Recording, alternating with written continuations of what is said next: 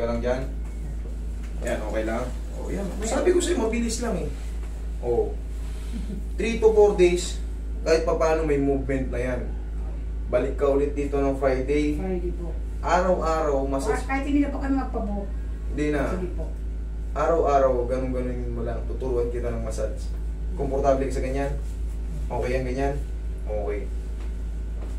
Yun na yung magiging inspirasyon yun, yung inayos ko dito na. Grabe yun. Umiiyak yun. Matabig nga lang yung buhok nun eh, yung magnanay. Magnanay nga. Babae. Yung babae, kaya nga eh. Tayo kahit pa paano, lalaki tayo. Kaysa naman hindi natin galawin yan, anong gusto mong gawin? Mahabang buhay ka ng ganyan? Malbado. Nag-try, ito rin yung tinatawag na second opinion. Nag-try ka na ng 8 session, wala nangyari. Kailangan, iba naman. Iba naman, kasi wala nang nangyayari. Tandaan nyo, sa session, 3 session, pag walang nangyari, lipat.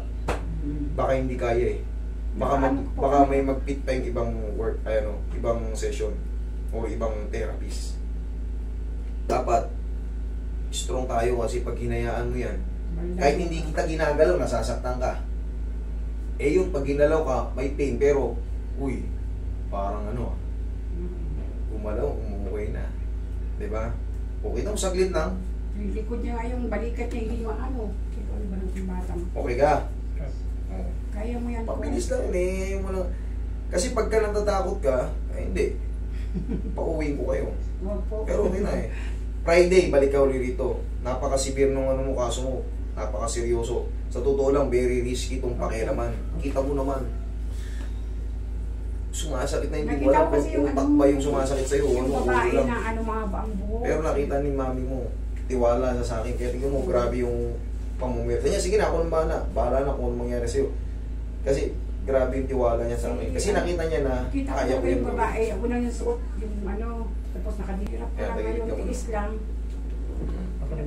Sige. Pinag-usapan namin ni Papa niya na dadalhin ko dito eh. Tiis lang. Hindi ka gagaling pag hindi ka tumiis. Paano? Massage ko pa. Nagkahala ka na rin sa Friday. Isin mo lang, tapos yung unan mo, lambutan mo lang muna. Kasama to sa pag-unan mo ha. Pag-uni na ka. Mga 3 araw, 4 na araw pataas, may changes na to. Hindi ko na po pinapainom ng gawin. Pwede ba ituloy yung 2 pirasong gawin niya sa muscles? Kung prescribe ng doktor yun, bigay sa inyo, inumin nyo, wala akong magiging problema yun. 2 piraso naman po ang naiwan. Sinabi ng doktor yun, na nasuri kayo, doon kayo, magtiwala kayo sa kanila. Yung gamot lang naman. Pero pag yung mga, kunyari, natry nyo na yung sinubukan nyo na yung piniti na kayo, wala nagbabago, wala eh. Lipat. Nagpanimbagong doktor nga po kami, kasi yun nga nagsabi na, sabi ng doktor na, itry mo nga ipa-massage, yung marunong maghilo. Kaya yun, pumunta ako dito. Lingon dito sa kabila, try mo. Kabila. Ayan na, may galaw na, sige, kabila. Ako yung makulit na nanay na lagi kita mo. Ay, galaw-galaw na. Tapos, sige lang, pahinga-pahinga ka lang.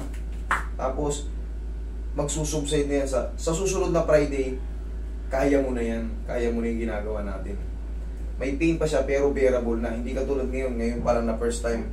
Masakit talaga. Pero kailangan mo magtiis. Nga, konti. Yan, may galaw na yung leg mo. Tamo, hindi gumagalaw ba lang mo, nagagalaw mo. Kabila. Tingnan mo, may galaw na yung leg niya. Obserbahan niyo po. Okay? Huwag ka lang magbasa muna ngayon, ha? Opo, yan. Huwag ka mag-iwan Kaya mo lang muna. Sige, pahinga ka lang muna. Pag mag-uunan ka, slug. Ganito. Kasama na yung likod mo, ang unan. Ganito ang tamang pag-unan. Yan, kasama yung likod mo.